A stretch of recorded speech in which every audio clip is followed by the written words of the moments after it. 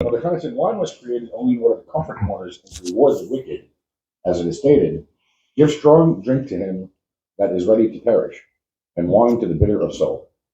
Let him drink and forget his poverty, and remember his misery no more. Thank you. That's what we call Proverbs. Right. So there's two things going on here. So to fully appreciate what Rabbi Ḥanin's doing, it's important for us to go back into the Proverbs text here, which is it is Mishle, and really fascinatingly, one of the unfortunate, terrible things that has happened in translations is that everybody is very uncomfortable translating that delicious beverage called beer. But they're uncomfortable calling it beer. So in the biblical verse, it's Tunu Shechar Lo'oved, give beer to someone who is, I don't know, they've lost themselves or whatever. V'yayin lamari nafesh, and wine to the bitter of spirit. Now, for anybody who is familiar with, knows Mishle, there's a lot of these, like, in any given verse, sort of these doublings, where they'll say something basically the same way. They'll say one thing in the first half of the verse and basically say the exact same thing, but just a little bit different in the latter half of the verse. Here, you're using two different expressions of alcoholic beverages and, similarly situated people and distressed experiences. I find utterly fascinating that you do not give beer to someone who is mare nafesh, that is bittered of spirit. Why not? Because beer is already bitter, right? You don't give the bitter drink to the bitter person.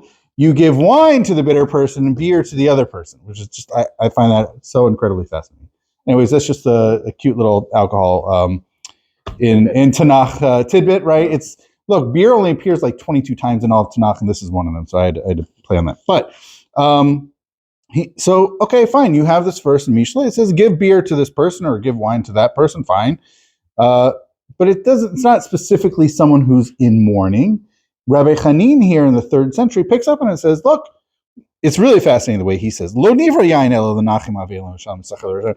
This is the only reason that this was created. Were it not for these people, we wouldn't have such things. Now, I don't know if that's really a thing, but it's certainly a fascinating, like, giving meaning to these beverages. Why do we have alcoholic beverages?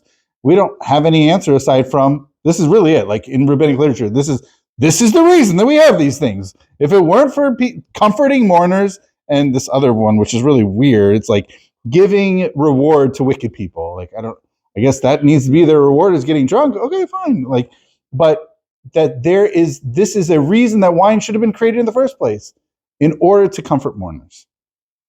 I do not think that if you read any contemporary mourning manual, you'll ever come across this line, and that is not a value espoused that, yeah, it's a good thing we have alcoholic beverages. Okay, mazel tov, feel free to comfort yourself through this. So depressed and horrible, load up on the alcohol.